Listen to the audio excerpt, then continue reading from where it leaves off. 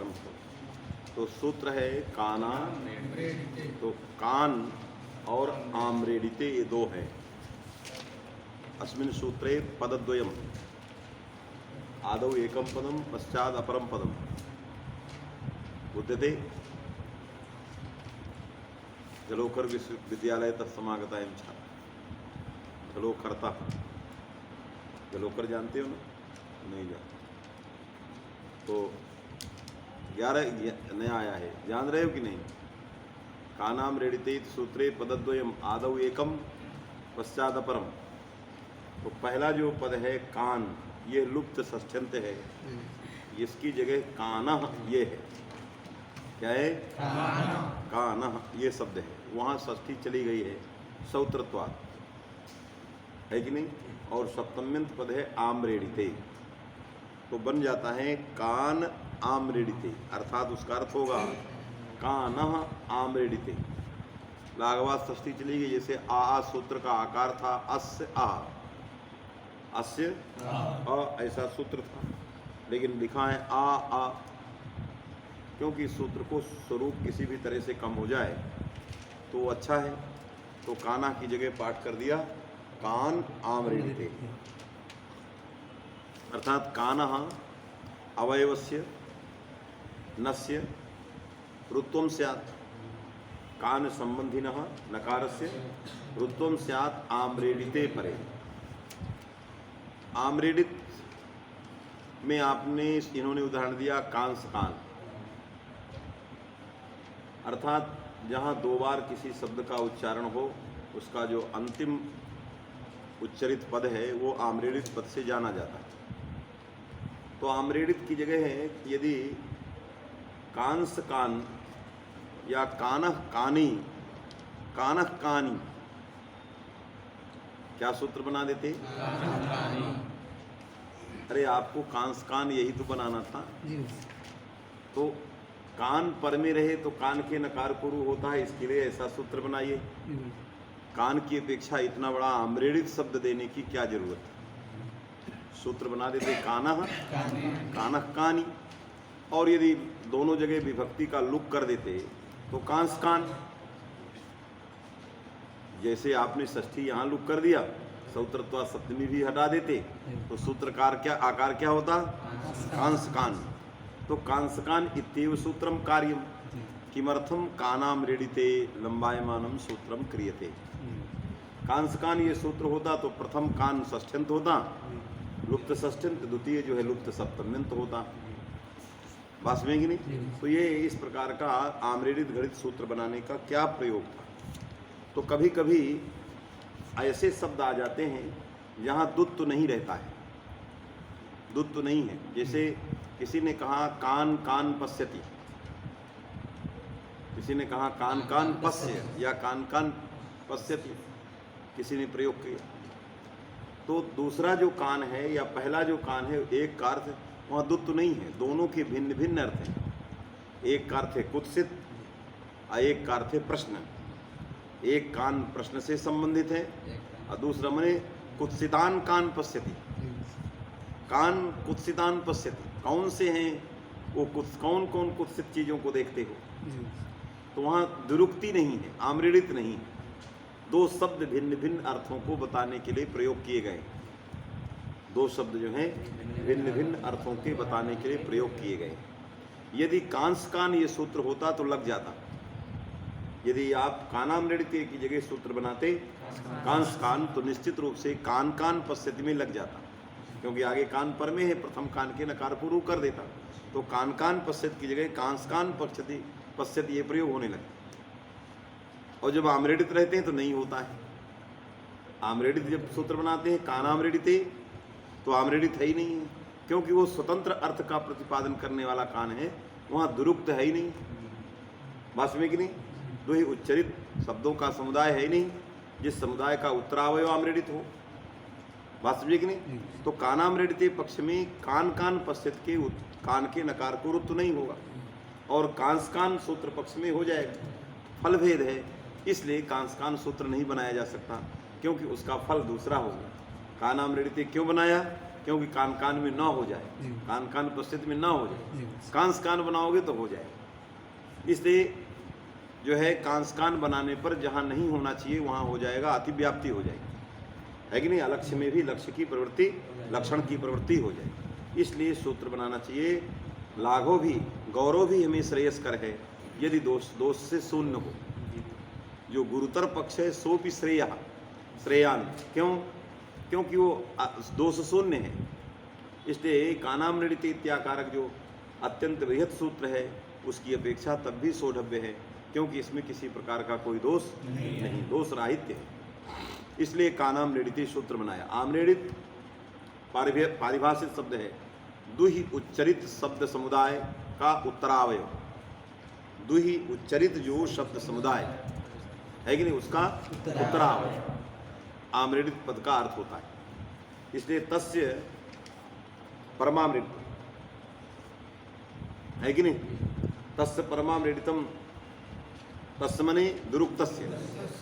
तो यद्यपि तस्मात् प्राप्त है, दिगर्थक दिग शब्द के योग में पंचमी प्राप्त है, तस्मात् परमामृतम एतन निर्देशादेव कल्पते। सर्वत्र दिग दिग दिग शब्द योग में पंचमी नहीं होती, बात में कि नहीं। और यहाँ अवयवावयी भाव, तस्य परमामृतम में परम के पर के साथ क्या है, अवावयी। तस्य मने समुदाय, तस्य समुदाय से परः मने उत्तरावयव। तो अवयवावयी भाव अर्थ में जो है षष्ठी है। तो सर्वत्र दिग योगे पंचमी एव कर्तव्या इति आवश्यकं नास्ति इति बोधयितुम स्पष्टयितुम तस्य इस प्रकार का निर्देश कर दिया, आया कि नहीं। तो दुहि उच्चरित समुदाय से यहाँ अंतिमा अवयव उत्तरावयव, उसको हम आमृडित कहेंगे।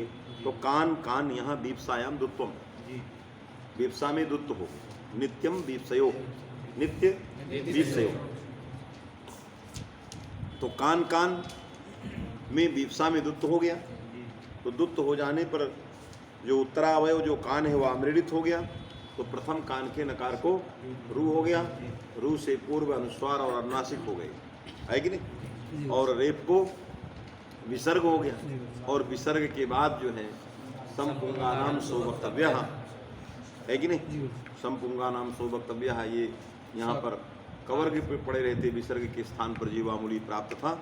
उस जीवामूली को बाध करके क्या हो गया, विसर्जनीय सह को बाधेगा कुपोह कपौच, और उसको बाधा संपुंगानाम सो वक्तव्य का कान में बाध दिया, आया कि नहीं। इससे विसर्ग को सकार हो गया, तो बन गया कांस कान, कांस कान। क्या लिखा है, कान नकारस्य रुः स्यात् आमृडते परे। हाँ, कान संबंधिना नकारस्य रुः स्यात् आमृडते परे।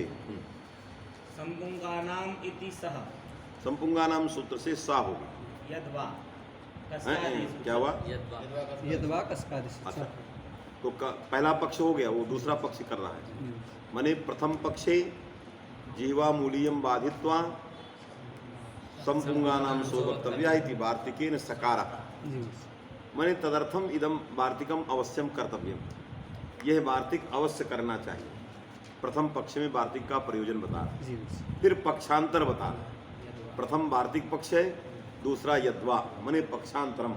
कांस कानित रूप सिद्धौ विसर्गस्य सकारः भवति इत्यत्र पक्ष द्वितीयम पक्षम वक्ति। यद्वा से पक्षांतर को बता रहा। क्या बताया, कस्कादिषु च का कस्कादी गण में पाठ है, किसका, कांस कान का। जिस कांस कान के लिए आप संपुंगानाम सो वक्तव्य लगा रहे हो, उसका पाठ तो कस्कादी गण में है। यदि कस्कादी गण में पाठ है तो पाठ कस्कादी गण में किस तरह का पाठ है, कांस कान, और कुछ पाठ सर्पिस्का इस तरह के हैं। तो जहाँ उन पाठों में उस गण में पढ़े गए शब्दों के स्वरूप को देख करके हम उसका अर्थ करेंगे कि यदि इन से उत्तर रहेगा तो मूर्धन्य सकार होगा, और उससे भिन्न रहेगा तो दंत सकार, क्योंकि इसी तरह के पाठ देखे गए। ये अर्थ जो निकाला गया कस्कादिश्च, बस इतना ही है। माने कस्कादी गण में पढ़े गए शब्दों के अनुसार प्रक्रिया बोध्या। कस्कादिषु च इति गणे पठित जो शब्द है तदनुसार प्रक्रिया, तदनुसारणीय प्रक्रिया साबोध्या। तो उसमें जो पढ़े गए शब्द हैं उसमें मूर्धन्य सकार भी देखा गया और दंत सकार भी देखा गया। तो कहा गया कि एषु शब्देषु इणः उत्तरस्य विसर्गस्य मूर्धन्यादेशः अतद भिन्न से स्थाने सकारः दंत्यादेशः, इस प्रकार की कल्पना की गई। यदि कांसकान में हमें अन्य सूत्र के द्वारा जीवा मूली आदि प्राप्त होते तो कस्कादी गण में कांसकान जो सकार घटित पाठ किया गया वो पाठ ही व्यर्थ हो जाता। इसलिए स्वतः अन्य शास्त्रों की प्रवृत्ति नहीं है, क्योंकि यहाँ सिद्ध पाठ किए गए हैं। कांसकान ये पाठ किया गया, सकार युक्त पाठ किया गया। अतः कस्कादिश्च सूत्र के द्वारा इनसे भिन्न होने के कारण विसर्ग के स्थान में सकार ही होगा, अन्य कोई कार्य नहीं होगा। इसके लिए संपुंगा नाम में कान रखने की जरूरत नहीं, वास्तविक नहीं। तो प्रथम पक्ष में कान का प्रयोजन बता दिया वार्तिक का, जीवा मूलीय से बाधनार्थम। और द्वितीय पक्ष में उन्होंने कहा कुछ प्राप्ति नहीं है, कस्कादी गण में पाठ है तो विसर्ग से स्थाने स्वतेव भविष्यति, अन्यानि कार्याणि न भविष्यन्ति। कथम कस्कादी गणे तादृशस्य पाठस्य सत्वात्, अन्यथा पाठकरणम स पाठ व्यर्थ स्यात्। यदि भिन्न बनाना होता तो इस प्रकार का पाठ क्यों करता। तो स्वतः व्यावृत्त हो गया, शकार भी हो गया, उसके लिए हमें कस्कार संपुंगा नाम सो वक्तव्य वार्तिक में कान रखने की आवश्यकता नहीं है। ये द्वा ये पक्षांतर प्रयोग लगा कि नहीं, पक्षा हाँ कस्कादिषु च कपयोः अपवादः। ये कस्कादी में गणपाठ सामर्थ्यात ये अपवाद है, क्योंकि यदि हमें जीवामूली करना होता तो कस्कादी में इस प्रकार का पाठ क्यों किया जाता। अतः कस्कादी गण पाठ सामर्थ्यात कुपो कपौष शास्त्र की प्रवृत्ति नहीं होगी, यही अपवाद है। उसका रोकना, उसको अप्रवृत्त करना ही इस शास्त्र का अपवाद है। येषु इणः उत्तरस्य विसर्गस्य सह स्यात्। यदि इणः उत्तरस्य विसर्ग रहेगा तो मूर्धन्य स्यात्, अतद भिन्नस्य स्थाने अन्यस्य सकारस्य, है कि नहीं। हाँ, ये देख करके कल्पना की गई, उसमें शब्दों को देखा गया और देख करके नृ कुपो कपौच को रोका गया और इस प्रकार के अर्थ की कल्पना की गई कि इणः परस्य उत्तरस्य विसर्गस्य स्थाने मूर्धन्यादेशः, तद भिन्नस्य स्थाने दन्त्यस्य दन्त्यादेशः। कास्कान कास्कान कस्का, ये पाठ आ गया, कांसकान पाठ आ गया, वास्तव में कि नहीं। तो ये पाठ कस्कादिगण में है, इसलिए यहाँ जीवामूली आदि की प्राप्ति नहीं हुई, विसर्ग के स्थान में सकार देखा गया, हो गया, आया कि नहीं। और दूसरा कस कहा, कहा प्रथमा में ले आए, अरे कान कान द्वितीया में था, अब प्रथमा में कर दिया उसने, गणित में पाठ है। कह इसमें जो विसर्ग था उस विसर्ग के स्थान में क्या हो गया, सकार हो गया, अन्यथा जीवामूली हो जाती। तो जीवामूली नहीं हुआ। कस्कादिगण में पाठ सामर्थ्या, क्योंकि कस्कादिगण में कस्कह ये पाठ था, अतः विसर्ग से स्थाने सकार, तो विसर्ग के स्थान में सकार हो गया तो बन गया कस्कह, वास्तविक कि नहीं। कौतस्कुतः है, कौतस्कुतः, फिर है कौतस्कुतः, कुतः कुतः आगतः, नहीं कहते कहाँ कहाँ से आए हैं, पूछ दिया जाता है। कुतः कुतः भवन्तः समागताः, तो कुतः कुतः आगतः इस अर्थ में जब प्रयोग करेंगे तो तत् आगतः से अण हो जाएगा, तो आदिज को वृद्धि हो जाएगी। तो कुतः कुतः में जो का के वो है उसको वृद्धि औ हो गई, तो क्या बना, कौतः कुतः बन गया कि नहीं। कौतः कुतः में जो विसर्ग था उस विसर्ग को कस्कादिगण में पाठ होने से सकार हो तो बन गया कौतस्कुतः, बना कि नहीं। तो कुतः कुतः आगतः इति कौतस्कुतः। सर्पिस कुंडिका, अब इन से उत्तर में जो पाठ आया है, सर्पी ही कुंडिका, ये घी की कुणी है, घी का बर्तन है। पहले जो है पत्थर की कुंडिकाएं बनाई जाती थी जिसमें घी रखा जाता था। अब ये बोतलें नहीं चलती थी जो इतनी लंबी में घी भर जे निकलता ही नहीं, नहीं हमारे यहाँ वो घी आता वो निकलता ही नहीं, काटिए उस बोतल, तो पहले सब व्यवस्थित रहता है कि नहीं। तो सर्पिस कुंडिका, तो सर्पिस में यहाँ सर्पी ही ये प्रथमांत है, माने कुंडिका के साथ षष्ठी तत्पुरुष समास है। सर्पिस ये इत्याकारक शब्द है, विभक्ति चली गई समास के, और सकार को रुत्व विसर्ग हो गया, सर्पी कुंडिका, और इन से उत्तर जो विसर्ग था उसको मूर्धन्य सकार हो गया, तो सर्पिस कुंडिका। हाँ, धनुष कपालम, और धनु कपालम है कि नहीं। कपाल मने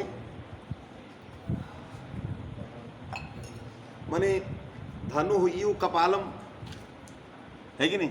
यस्य तत् धनुष कपालम, ऐसे ही समास कर दे। क्या करेंगे? इसका कपाल तो धनुषाकार है, एतस्य कपालम धनुषाकार है, ऐसे ही बना दिया गया। तो बन गया धनु धन कपालम, बन गया कि नहीं? तो विसर्ग के स्थान में क्या हो गया? मूर्धन्य सकार हो गया, तो बन गया धनुष कपालम, है कि नहीं? धनु इव कपालम यस्य तत्, नपुंसकलिंग में ले जाएगी, है कि नहीं? धनुष कपालम। आकृति गणोयम, और कहा कि कस्कादी आकृति गण है। ऐसे शब्द हमने कुछ निर्देश कर दिए, और भी इस प्रकार के शब्द यदि मिल जाएं तो वहां पर भी विसर्ग के स्थान में मूर्धन्य या दंत सकार का विधान कर दिया जाता है, आया कि नहीं? इसलिए कस्कादी ही आकृति गण। संहितायाम अब इत्यधिकृत। ये इस सूत्र के बाद सूत्र आ गया संहिता, संहितायाम। संहिता को मैंने पहले बताया, संहिता संधि का पर्याय है। संहिता क्या है? संधि का पर्याय। संधि का अर्थ होता है संधानम, संधानम संधि है, और उसी प्रयोग में संहितायाम का प्रयोग किया। संहिता का मतलब परः सन्निकर्ष। संहिता मने परः सन्निकर्ष, परः सन्निकर्ष मने अतिशय सामीप्य, पर मने अतिशय, सन्निकर्ष मने सामीप्य। किसका अतिशय सामीप्य? वर्णों का, अर्थात एक वर्ण के उच्चारण के अनंतर दूसरे वर्ण का उच्चारण जो है अत्यंत सामीप्य में होना चाहिए। किसी भी प्रकार का कोई व्यवधान नहीं होना चाहिए। व्यवधान देशकृत होता है, कालकृत होता है, वर्णकृत होता है। बीच में कोई वर्ण आ जाए भी जाति तो वर्णकृत होता है, देशकृत होता है, कालकृत होता है। तो हमें कालकृत वर्णकृत दोनों नहीं चाहिए, कालकृत भी नहीं चाहिए और मध्य में कोई अन्य वर्ण नहीं आना चाहिए। जिन दो वर्णों के बीच में सन्निकर्ष अपेक्षित हो उनमें किसी भी प्रकार का व्यवधान न कालकृत होना चाहिए और न वर्णकृत होना चाहिए, है कि नहीं? सर्वथा अव्यवहित सामीप्य, अर्थात पर शब्द जो है सन्निकर्षो द्विविधा, अव्यवहितम और व्यवहित। तो व्यवहित सन्निकर्ष भी होता है, अव्यवहित सन्निकर्ष भी होता है। व्यवहित की व्यावृत्ति के लिए ही परह रखा गया। परह जो विशेषण दिया गया वो व्यवहित सन्निकर्ष को हटाने के लिए, माने अर्धमात्रा कालातिरिक्त काल व्यवाय शून्यत्व, है कि नहीं? तो अर्धमात्रा कालातिरिक्त काल व्यवाय शून्यत्व ही अतिशय सन्निकर्ष है। एक वर्ण के बाद दूसरे वर्ण के विषय में, दूसरे वर्ण के बीच में क्या शून्यता होनी चाहिए? अर्धमात्रा कालातिरिक्त काल व्यवाय शून्यत्व होना चाहिए। आधी मात्रा के उच्चारण में जो काल लगता है उस काल से अतिरिक्त काल का व्यवधान नहीं होना चाहिए। अर्थात आधी मात्रा के उच्चारण का जो काल है उतना व्यवधान तो होना ही है, क्योंकि उसके बिना दूसरा वर्ण आ ही नहीं सकता। एक साथ अनेक वर्ण या दो वर्णों को युगोपत उच्चारण असंभव है। आप चाहें कि मैं सुधी के इकार को और उपास्या के उकार को एक ही काल में उच्चारण कर दूं तो असंभव है। आपको कुछ बीच में व्यवधान रहेगा, है कि नहीं? तो व्यवधान कितना रहेगा? स्वाभाविक व्यवधान होता है अर्धमात्रा के उच्चारण में लगने वाला काल, ये स्वाभाविक है। कितना व्यवधान रहेगा? ये स्वाभाविक व्यवधान। इसके बाद के व्यवधान आप पर निर्भर करते हैं कि आप कितनी देर में उसका उच्चारण करते हैं। तो वो जो बाद के व्यवधान है, काल व्यवधान करने वाला काल है, वो काल की शून्यता होगी। इसलिए अर्धमात्रा काला अर्धमात्रोच्चारण कालातिरिक्त काल व्यवाय शून्यत्वम, इस प्रकार इसी का नाम संधि है। इसी का नाम क्या है? संधि। और इसी को संहिता कहते हैं। इससे संहिता और संधि दोनों पर्यायवाचक शब्द, आया कि नहीं? तो इसका अधिकार चलेगा संहितायाम का, और यह इकोणच इत्यादि में सब जगह जाता है।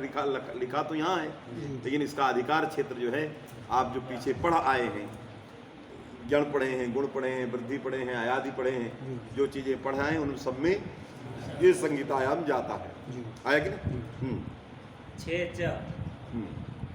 ह्रस्वस्य छे परे तुक आगमः स्यात् संहितायाम। अब यहाँ संहिता लगाया है, ह्रस्वस्य छे परे तुगागमः स्यात्, माने ह्रस्व और छकार के बीच में संहिता अपेक्षित है। ये कह रहा है ह्रस्व और छकार के बीच में, ह्रस्व माने एक मात्रिक वर्ण और छकार व्यंजन वर्ण, दोनों के बीच में यदि संहिता है तो ह्रस्व को तुक्कागम हो जाता है। आए कि नहीं? स्तुत्वस्य असिद्धत्वात् जस्त्वेन तः। पहले जैसे शिव धन छाया है तो शिव में जो एकमात्रिक आकार और छकार है दोनों में संहिता रहने से तुक्कागम हो जाएगा। शिवता छाया बन गया। अब प्रक्रिया लिख रहा है तो प्रक्रिया में कहा अस्तुत्व से सिद्धत्वात्। झलाम जसवंती सूत्र की दृष्टि में अस्तुत्व सिद्ध है। असिद्ध हो जाने से पहले तकार को तकार हो जाएगा। शिव दा छाया बन। अब दा को फिर तश्चर्त्वस्य असिद्धत्वात् ततः चर्त्वस्य असिद्धत्वात् पूर्वं स्तुत्वेन ज। अब चर्त भी प्राप्त है दा को जी और अस्तुत्व भी प्राप्त है। अस्तुत्व की दृष्टि में चर्त के असिद्ध हो जाने पर अस्तुत्व हो जाएगा तो क्या हो गया जा। शिव जा छाया। और इसके बाद खर्चा से तस्य चर्त्वेन च। फिर जो है खर्चा से चर्त होगा। ये प्रक्रिया आपको याद रखनी होगी जो लिख रहा है। ऐसे नहीं कि तुक कर दिया शिव धन छाया शिव ता छाया अस्तो उष्णास्तु से अस्तुत्व हो गया शिव छाया। ये कहना नहीं कहिए है कि नहीं। अस्तुत्व से सिद्धत्वात् जस्त्वम चर्तस्य सिद्धत्वात् अस्तुत्वम है कि नहीं। अर्थात प्रथमम जस्त्वम पश्चात अस्तुत्वम पश्चात चर्तम। ये जो है शब्द सिद्धि की प्रक्रिया है। इन्होंने उस प्रक्रिया को लिखा। समझ में कि नहीं। तो बन गया शिवक छाया। एक और हाँ स्तुत्वस्य असिद्धत्वात् चोकुः इति कुत्वं न। और शिवत छाया में चकार को चोकू क्यों नहीं लगा? क्योंकि चोकू की दृष्टि में कौन सिद्ध हो जाएगा? अस्तुत्व से सिद्धत्वात् है कि नहीं। अस्तुत्व जो है असिद्ध हो जाएगा। असिद्ध हो जाएगा तो क्या दिखाई देगा? हैं जा दिखाई देगा। तो जा भी तो चवरगई में आता है दा दिखाई। दा को न जा हुआ है वही तो कह क्योंकि वही मिल गया तो क्या मतलब। इससे अस्तित्व जो है असिद्ध हो जाएगा तो क्या दिखाई देगा? दा को न जा हुआ है। इससे चोकू से कुत्त भी नहीं होगा मैंने जाको का भी नहीं। स्वच्छाया शिवच्छाया। स्वच्छाया कहिए या शिवक छाया कहिए दोनों एक ही प्रयोग है। स्वस्थ छाया स्वच्छाया और शिवस्य छाया शिवक छाया नहीं कहते। इस पर जो है भगवान की छाया है इसके अंदर है कि नहीं। आंग मांग गोश्च। अब दूसरा आया आंग मांगोष्ठ। माने आंग और मांग यदि पर में है तब भी तुक्कागम होता है। ये लिखा है एतयोश्चे परे तुक्ष्या। हाँ माने एतयोः माने आंग और मांग को तुक्कागम होता है। 6 पड़े षष्ठी है ये। आंग मांगोष्ठ षष्ठ्यंत है। इससे एतयोः तुक्कागमः स्यात् छकारे। पदान्ताद्वा इति विकल्प अपवादः। पदान्ताद्वा सूत्र से प्राप्त जो तुक्कागम विकल्प से है उसको ये बाधेगा। कौन? आंग मांगोष्ठ विकल्प का बाधक है नित्य करेगा। आच्छादयति। जैसे आच्छादयति में आंग उपसर्ग है छादयति क्रिया है कि नहीं। तो यहाँ आंग को जो है तुक्कागम हो गया। पदान्ताद्वा से प्राप्त जो तुक है उसको बाध लेगा क्योंकि आ तो पदांत है ही है। इसलिए उस पदान्ताद्वा सूत्र के द्वारा पदांत से तुक्कागम छकारे परे तो उसको बाध करके तुक्कागम हो गया तो बन गया आच्छादेति। प्रक्रिया वही हो गई आच्छादेति। माच्छिदत्। और माच्छिदत में माँ को तुक्कागम हो गया है कि नहीं। तो बन गया माच्छिदत। दीर्घात। फिर सूत्र आ गया दीर्घात है। दीर्घात छे परे तुक्ष्या। मने दीर्घस्य तुक्कागम स्यात् छकारे परे। दीर्घ को तुक्कागम होता है छकार के परे रहने पर। पंचमी षष्ठी में बदल जाएगी। तो जहाँ दीर्घात है वहाँ दीर्घस्य तुक्कागम छकारे परे। दीर्घस्यम तुक न तु छकारस्य। दीर्घस्य एवं तुम न तो छस्य। मैंने ये दीर्घ को तुक्कागम होता है छकार को नहीं होता। क्यों? आगे सूत्र है विभाषा सेना सुराक्षाया साला निशानाम। तो सुराक्षाया में जो सुरा में आकार है दीर्घ है उसी को तुक्कागम हुआ है। छकार को तुक्कागम नहीं हुआ है। ये तन्निर्देशात हम जानते हैं कि दीर्घस्यैव अयम तुक न तु छस्य आया। मैंने यहाँ पंचमी षष्ठी में बदली है सप्तमी षष्ठी में नहीं बदली। नहीं तो उभय निर्देशे पंचमी निर्देशों बलियान यहाँ रुक गया है क्योंकि दोनों निर्देश हैं दीर्घात और उधर 6। तो सप्तमी के निर्देश से दीर्घस्य प्राप्त हैं और पंचमी के निर्देश से छस्य प्राप्त है। तो क्या